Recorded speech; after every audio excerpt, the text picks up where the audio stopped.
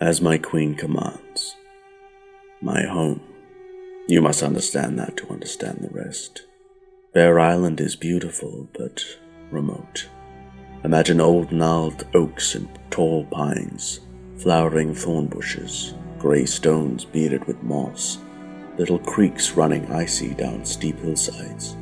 The whole of the Mormonts is built of huge logs and surrounded by an earthen palisade. Aside from a few crofters, my people live along the coast and fish the seas. The island lies far to the north, and our winters are more terrible than you can imagine, Khaleesi. Still, the island suited me well enough, and I never lacked for women. I had my share of fishwives and crofters' daughters, before and after I was wed. I married young, to a bride of my father's choosing, a clover of Deepwood Mott. 10 years we were wed, or near enough as makes no matter. She was a plain-faced woman, but not unkind. I suppose I came to love her after a fashion, though our relations were dutiful rather than passionate.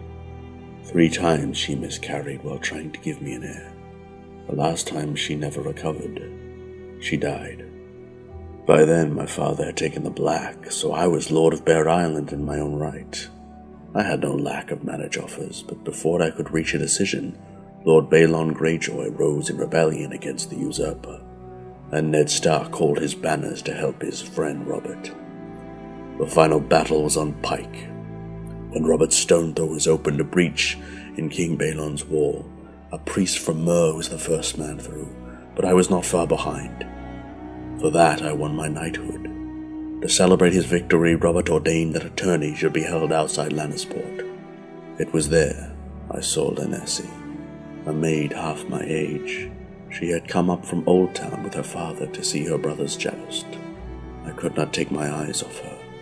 In a fit of madness, I begged her favor to wear in the tourney, never dreaming she would grant my request.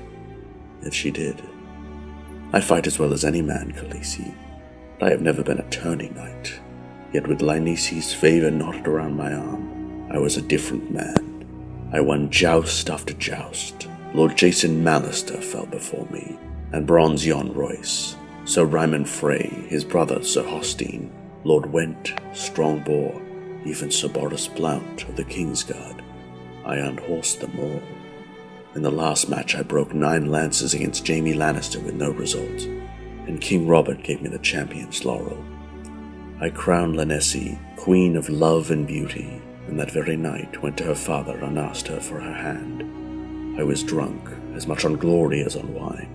By rights I should have gotten a contemptuous refusal, but Lord Leighton accepted my offer. We were married there in Lannisport, and for a fortnight I was the happiest man in the wide world. A fortnight was how long it took for us to sail from Lannisport back to Bear Island. My home was a great disappointment to Lynesse. It was too cold, too damp, too far away. My castle no more than a wooden long hall. We had no masques, no mummer shows, no balls or fairs. Seasons might pass without a singer ever coming to play for us, and there's not a goldsmith on the island. Even meals became a trial.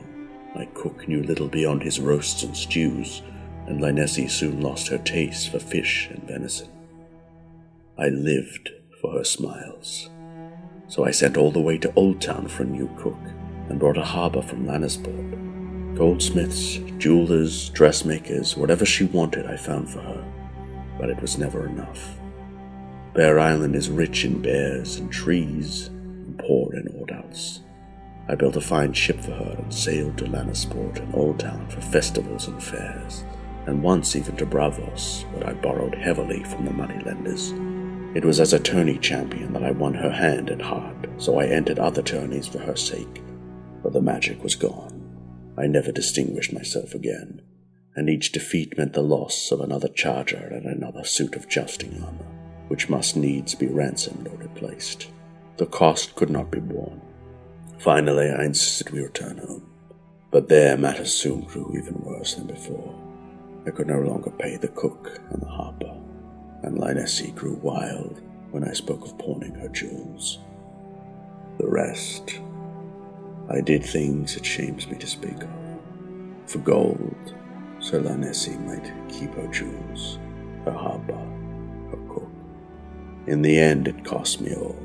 When I heard that Eddard Stark was coming to Bear Island, I was so lost to honor that rather than stay and face his judgment, I took her with me into exile. Nothing mattered but our love, I told myself. We fled to Lynesse, where I sold my ship for gold to keep us. In half a year my gold was gone, and I was obliged to take service as a sellsword. When I was fighting Braavosi on the Rhine, Lynesse moved into the manse of a merchant prince named Tragar Ormolan. They say she is his chief concubine now, and even his wife goes in fear of her. Do I hate her? Almost as much as I love her.